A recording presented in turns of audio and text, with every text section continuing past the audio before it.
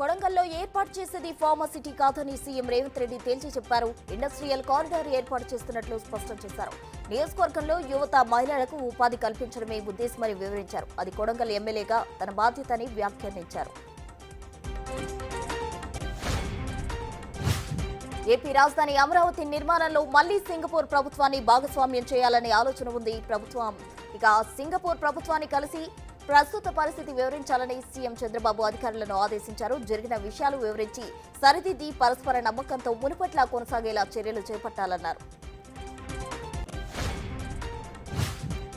వాయనాడ్లో ప్రియాంక గాంధీ గెలిచిన సందర్భంగా తెలంగాణ గాంధీ భవన్ లో ఆమె చిత్రపటానికి పాలాభిషేకం చేశారు కాంగ్రెస్ నాయకులు. వచ్చే ఎన్నికల్లో అక్క తమ్ముడు కలిసి కాంగ్రెస్ ను అధికారంలోకి తీసుకురావడం ఖాయమన్నారు.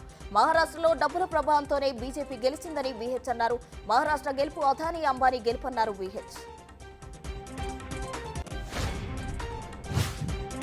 కేటీఆర్ పై నాంపల్లి స్పెషల్ కోర్టులో క్రిమినల్ పిటిషన్ దాఖలైంది. వ్యాపారవేత్త సూదిని సృజన్ రెడ్డి కేటీఆర్ పై క్రిమినల్ పిటిషన్ ఫైల్ చేశారు.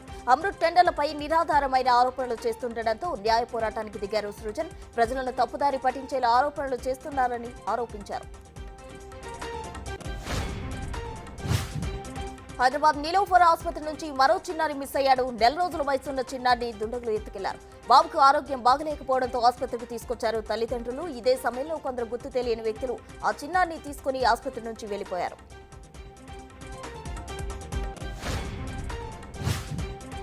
హైదరాబాద్ సెంట్రల్ యూనివర్సిటీలో హాస్టల్ చీఫ్ వార్డెన్ పై విద్యార్థులు దాడి చేశారు. గత కొద్ది రోజులుగా విద్యార్థులను మానసికంగా వేధిస్తున్నాడని ఆరోపణలున్నాయి. చీఫ్ వార్డెన్ శివరామన విద్యార్థుల వెంటపడి కొట్టారు. విద్యార్థుల దాడిలో చీఫ్ వార్డెన్ కళ్లు తిరిగి కింద పడిపోయారు.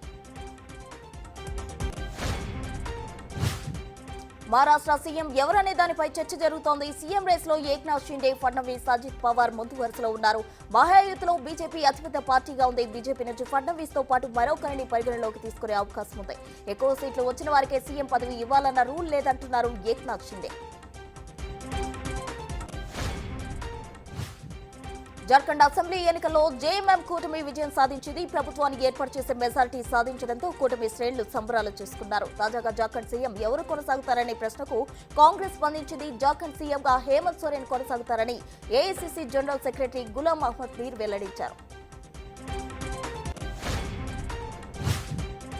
పాకిస్తాన్లోని ఖైబర్ పఖ్తూన్ఖ్వా ప్రావిన్స్ లో జరిగిన హింసలో 18 మంది దుర్మరణం చెందారు. మరో 30 మంది వరకు గాయపడ్డారు. వాహనాల కాన్వాయ్ పై దాడి తర్వాత ఆఫ్ఘనిస్తాన్ సరిహద్దుల్లోని కుర్రం జిల్లా అలీజాయ్, బగన్ తెగల మధ్య ఘర్షణ చోటు చేసుకుంది.